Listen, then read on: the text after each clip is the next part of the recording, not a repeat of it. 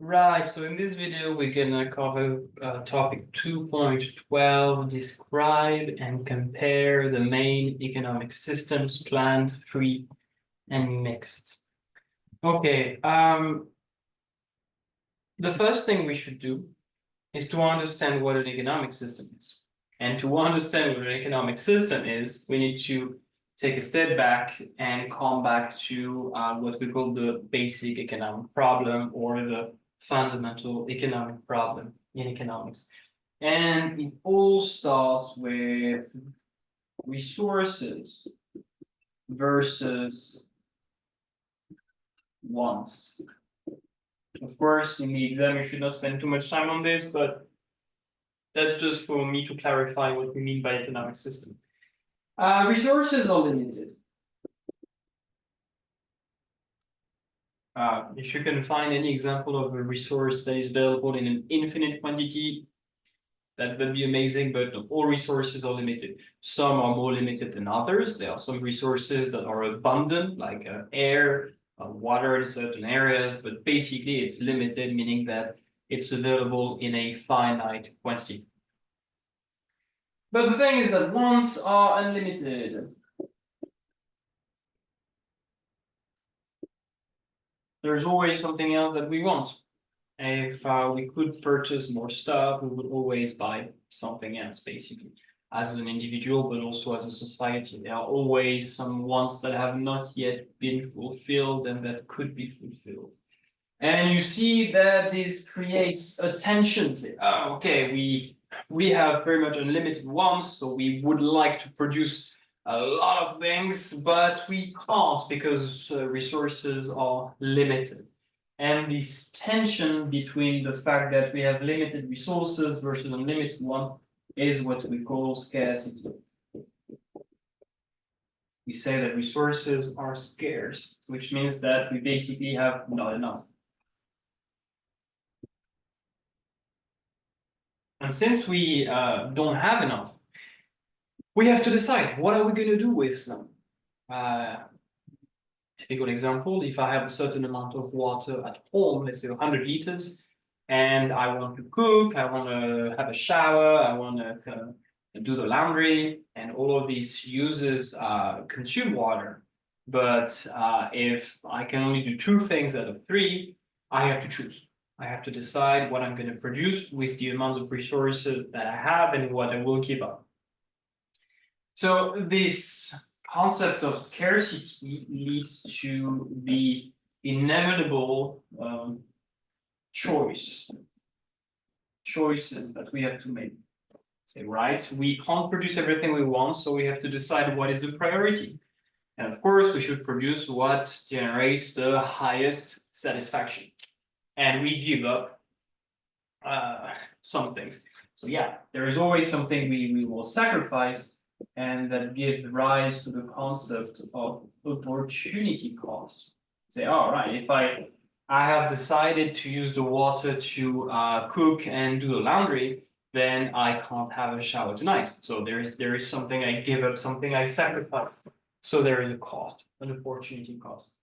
Okay, so we have a problem, which we call the fundamental economic problem, which is allocating the scarce resources that we have in the best possible way, making sure that these resources are allocated in a way that will generate the highest possible satisfaction in society.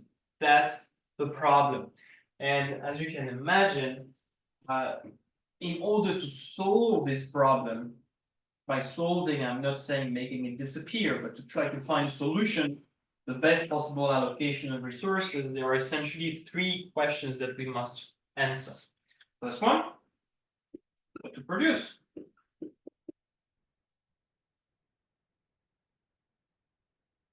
Yeah, with the amount of water that we have, what should I do with it? With the steel, I have a certain amount of steel. Should I use it to produce a car, a bicycle, I don't know, a computer? There are also so many things I can do with the same resource. So what to produce, what do we do with it? Second question, how? How to produce? Because very often There are several ways, several production processes that you can use to produce a particular good or service. Be cars, for example, should we use a lot of workers, but few machines, or a lot of machines, or few workers? Should we build this car with carbon fiber or aluminum, or this chair, should it be in plastic or in wood? You see, there are choices that have to be made in terms of the materials that you use, in terms of the way in which you will combine the resources. So that's the how to produce. And once you have your output, once you have produced some stuff, you have to decide who's going to get it. So for whom to produce. How are we going to allocate the output between economic agents? Is it going to be a price mechanism where basically everybody who's willing to and able to pay gets it? Or is it going to be another mechanism where, for example, the government may be involved in distributing the good or service between economic agents? Basically, if we want to allocate the scarce resources that we have in the best possible way, we need to answer those three questions. What, how, for who? Very important. And erase that. This long introduction takes us to the concept of economic system, or just an economy. Well, an economy is just a system that tries to solve a problem. That's it, right? It's a system that aims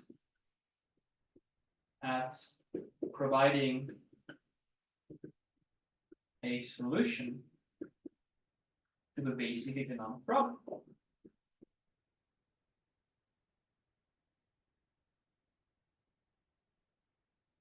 In other words, it's a system whose objective or whose aim is to allocate resources in the best possible way.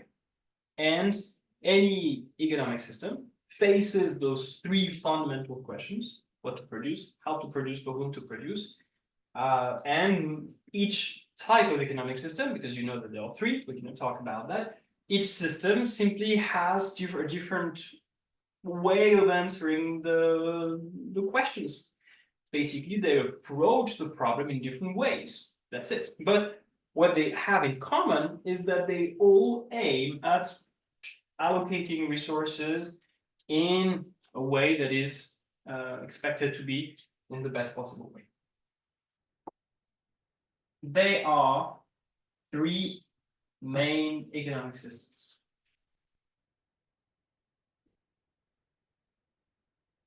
And we can represent them along the line where, as you move towards the right, you have increased government intervention.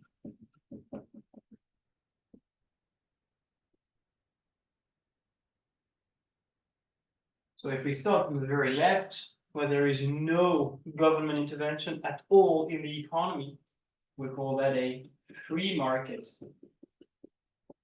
economy.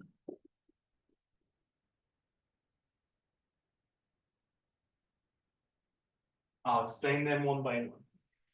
Maximum government intervention, we call that a planned economy. Sometimes we also call it a command economy. So if you hear command economy, it's the same. So these are two extreme. In practice, no country in the world, no economy in the world is entirely planned or entirely free. We are always somewhere in between. And any economic system that is in between, where there is some government intervention, but not complete government intervention, we call that anywhere between the mixed economies. A mix between free and planned. Okay, so now let's just say a few words about planned and free market economy, and I'll just make some concluding remarks. In a free market economy, there is no government intervention. So careful, this does not mean that there is no government at all, right? It's not anarchy. You still need a government to ensure that there is a national defense, that there is um, like a police, that there is justice, that property rights are enforced. Otherwise, this would be complete chaos. And of course, the economy would not function really well. So there is a government, okay, that just ensures that the basic framework is okay, satisfied. But then the government does not intervene in the economy. So there is no tax, no subsidies, no regulations whatsoever. Okay, no maximum price, minimum price. The markets are completely free. Again, it doesn't exist in practice. There are always some taxes, some regulations, for example. In this economic system, resources are allocated by what we call the price mechanism, simply by supply and demand. Okay, in a market, there are people who want to buy and firms who want to sell. They will meet, and their interactions will determine a certain price that we call the equilibrium price, right? At the intersection of supply and demand. And it is this equilibrium price that is going to allocate resources in an economy. Let me explain how this works. It's quite simple. So you have buyers and sellers in the market. They meet to trade a particular good or service, and their interactions will result in a particular equilibrium price. This price is going to determine the quantity, right? The quantity that is going to be traded in the market. And this quantity is going to determine how many resources must be allocated to production. That's it. So for example, buyers and sellers, they meet, and the equilibrium price is $20. And at $20, firms and consumers, because it's the equilibrium price, so the quantity demanded is equal to the quantity supplied. So at $20, the equilibrium quantity is 200 cars. Okay, so we know that this is the quantity that will be traded in the market. So firms need to produce 200 cars, and well, they need to allocate sufficient resources in the market to produce 200 cars. So that's the price mechanism. You see, it's pretty much automatic. There is no government intervention. This is just the price that is going to determine whether we allocate a lot or few resources in a particular market.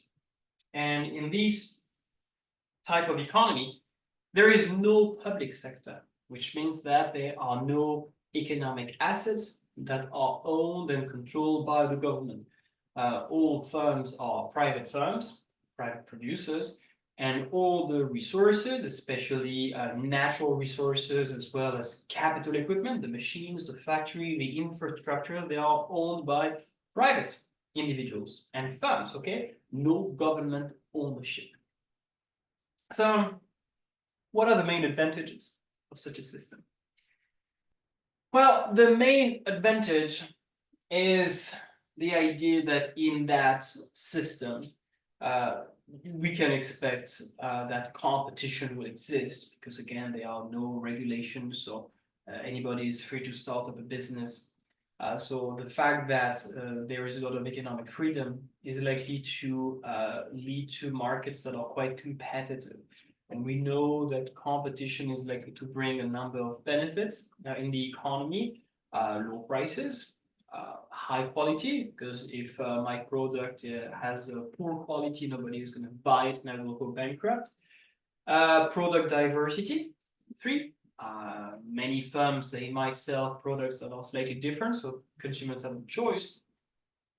Innovation. Innovation, since firms want to remain competitive, they want to become more competitive than their rivals. So they might innovate, invest in research and development, keep their costs as low as possible. They don't want to waste resources in the production process. So we can expect the production to be very, very efficient.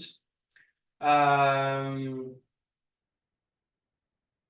yeah, all of these advantages are come from the profit incentive, right? Firms want to make profit, and that's why they behave in this way. The main disadvantage is mostly the fact that the market can fail, right? We know that there are certain situations where the market is not going to allocate resources efficiently. Could be because there are externalities, because they are market powers, that's a possibility. Could be that there are some goods like public goods that will not be produced by private firms. Could be information problems where we may have issues with merit and demerit goods. Did I mention them all? Public goods, externalities, information, failure, and market powers. Yeah, that's pretty much it. But sometimes the market does not work well. It will either allocate too much or not enough resources to production. Please refer to the video on market failures. Planned economies, it's just the opposite. In a planned economy, resources are allocated by the government. The government decides, right? All government authorities could be local authorities, national, regional, but there are several governmental bodies that have different responsibilities. But overall, it is up to the government to allocate resources between competing users. There is no price mechanism. In theory, there is not even any market in this case. Just a sec. I hope it's still recording. We'll see. Something strange happened on my computer. So the government decides. The government answers the three questions: what to produce, how to produce, for whom to produce. And usually what happens in this type of economy is that the government owns the resources. So especially land and capital, right? It would not make much sense to say that the government owns labor or enterprise, because these are people. But natural resources, infrastructure, factories, machines, they are typically owned by the government, unlike what we had in a free market economy. And in a planned economy, there is no private sector, which means that everything is basically all economic assets, firms, are public firms. They are owned and controlled by the government. So all of the economy's output is generated by public companies. So that's how it works. We'll talk about some examples in a moment. What's good? What's good about command economy or planned economy? Not much, honestly, not much. Perhaps the fact that unemployment is likely to be relatively low in this type of economy, because the government can theoretically give a job to anyone. There is no profit incentive, so there is no need to keep costs as low as possible.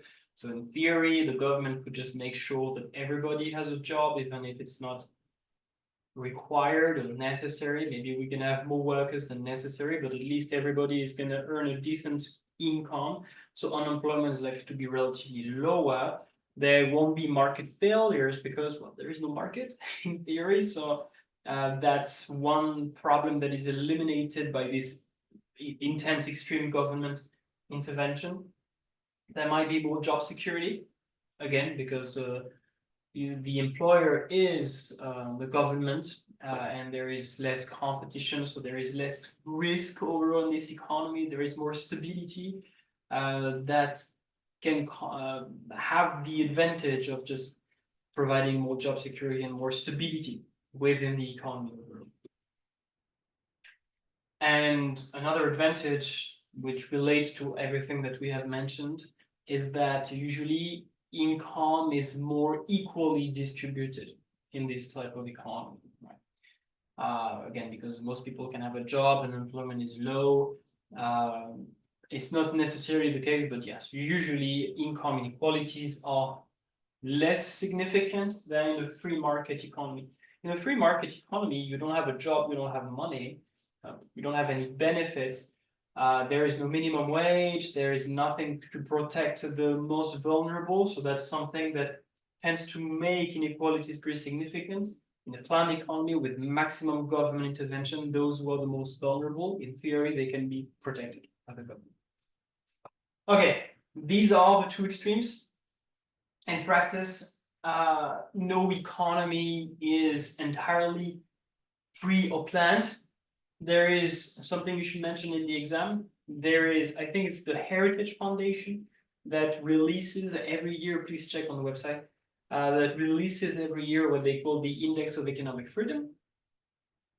And of course, the higher the index, the closer we are to a free market economy, the lower the index, the closer we are to a planned economy. And the countries right now who have the most economic freedom, I believe number 1 is Singapore, number 2 is Switzerland, I forgot number 3, maybe Hong Kong, I'm not sure, but Singapore, Switzerland for sure. So Switzerland would be, oh, maybe right here.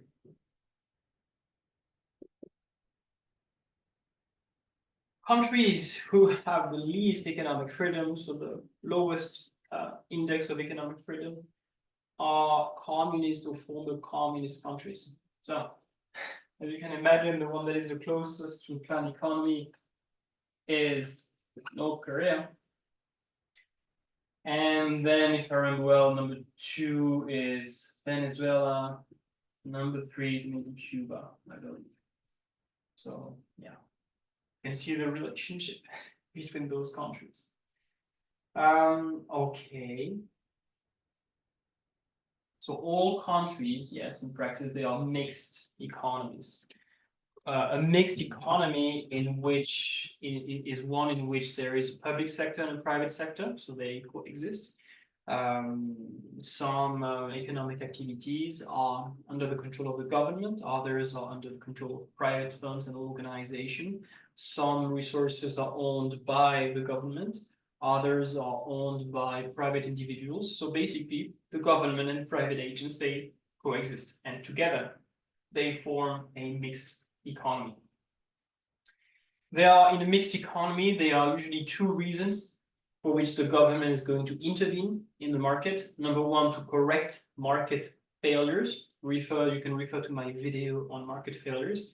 Reason number 2, to reduce inequalities. These are usually the 2 reasons that can justify government intervention in a market.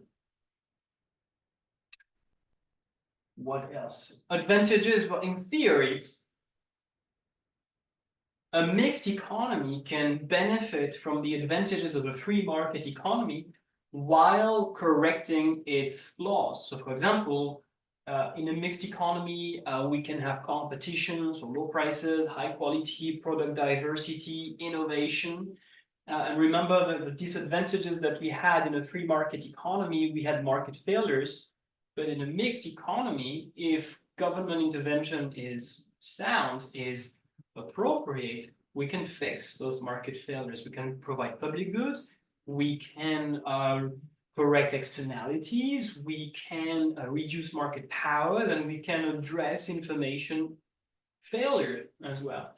And the second big issue that we had with free market economies was the problem of income inequality. But again, in a mixed economy, the government can intervene to reduce the extent of inequalities, for example, by setting the minimum wage, by subsidizing some important goods, by setting some minimum prices or maximum prices, by giving pensions, public pensions, child benefits, sickness benefits, to put together a system of progressive taxation that is going to have a greater incidence on rich people and a lower incidence on poor people. There are many policy instruments that the government can use in a mixed economy to reduce the extent of inequalities. So you see that in theory, a mixed economy can combine the best of both worlds, even though we have to recognize that if the market can fail, the government can also fail in when intervening in the economy, something that is known as government failure.